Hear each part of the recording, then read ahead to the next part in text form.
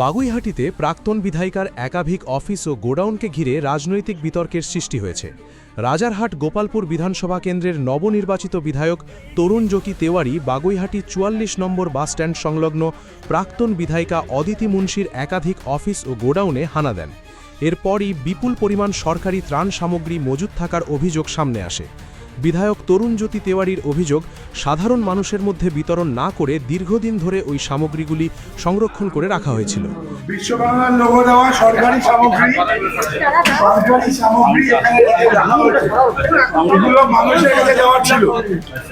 এগুলো মানুষের কাছে যাওয়ার ছিল, মানুষের জিনিসপত্র মানুষের কাছে না গিয়ে রাখা হচ্ছে লুট করে।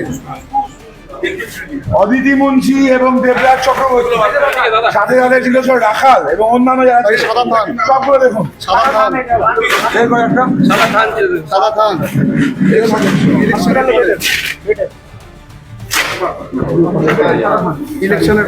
ইলেকশনের পরে ব্যবস্থা নাকি এগুলো?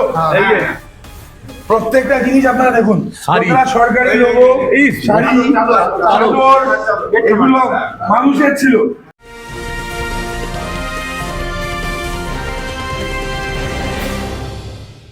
ক্রিয়েটিভ ক্যারিয়ার শুরু করতে চাও?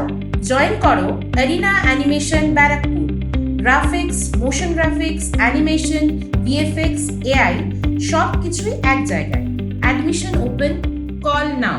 সাংবাদিকদের সামনে বিধায়ক তরুণ জ্যোতি তেওয়ারি দাবি করেন, আজকে আমরা ভালো বার্তা শোনাচ্ছি। আজকে যদি ভারতীয় জনতা পার্টি ক্ষমতায় না আসতো, এই সাদা থানগুলো আমাদের কর্মীদের বাড়িতে যেত, এই সাদা থানগুলো আমাদের লাশে উঠতো, আমার লাশে উঠতো। আমি আপনাকে বলে দিতে পারি, আমার কাছে যা খবর ছিল, আমি সিকিউরিটি নিয়ে ঘুরিনি বোর্ডের মধ্যে, আপনারা দেখেছেন। আমার কাছে যা খবর ছিল 4 তারিখ আমার নামে বিল কাটা হয়ে গেছিল, আমার বাড়িতে বোম মারার প্রস্তুতি হয়ে গেছিল, ভাঙড় থেকে লোক ঠিক হয়ে গেছিল, মানে ব্লুপ্রিন্ট করে রেখেছিল, সবই ঠিক ছিল। আমার ভরসা মানুষের ওপর ছিল, আমি তাই ভাবিনি, জীবনের ভয় কোনোদিন পাইনি। কিন্তু আমাকে খুন করার পুরো পরিকল্পনা দেবরাজ চক্রবর্তীর করা ছিল। এবং এই ওভারঅল সিচুয়েশন আপনারা দেখছেন, সরকারি ত্রিপল পাওয়া যাচ্ছে, জামা কাপড় পাওয়া যাচ্ছে, কয়েক লক্ষ টাকা স্টকটা দেখুন একবার। লক্ষ ছাড়িয়ে যাবে না, লক্ষ অন্তত 40-50 লক্ষ টাকার মেটেরিয়াল আছে এখানে টোটাল। আমি না জিতলে আমি খুন হতাম। ঘটনাকে কেন্দ্র করে এলাকায় ব্যাপক চাঞ্চল্যের সৃষ্টি হয়েছে। স্থানীয়দের একাংশ ঘটনাস্থলে ভিড় জমান এবং বিষয়টি নিয়ে শুরু হয় জোর চর্চা। এমএলএ অফিসে সুন্দর সুন্দর গ্লাস দেখুন, কি সুন্দর ইউজ করতো দাদা।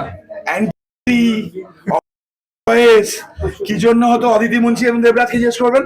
অদিতি মুন্সির অফিস তো, অদিতি মুন্সি বসতো তো এখানে, এই ফটো দিদি বলবেন। যদিও প্রাক্তন বিধায়িকা অদিতি মুন্সির কোনরূপ প্রতিক্রিয়া পাওয়া যায়নি। সুব্রত রায়ের report, news Bengal today. Meghbela লাইভে আপনার পছন্দের টিভি চ্যানেলস সম্পূর্ণ বিনামূল্যে, শুধুমাত্র মেঘবেলা ব্রডব্যান্ডের কানেকশনের সঙ্গে। মেঘবেলা ব্রডব্যান্ড, বাংলার ঘরে ঘরে। উত্তর 24 পরগনা ও তার আশপাশের এলাকার মানুষের সেবায় ক্যাথল্যাবের মতো অত্যাধুনিক সুবিধা নিয়ে পরিষেবায় ব্রতী সারদা মাল্টি স্পেশালিটি হাসপাতাল।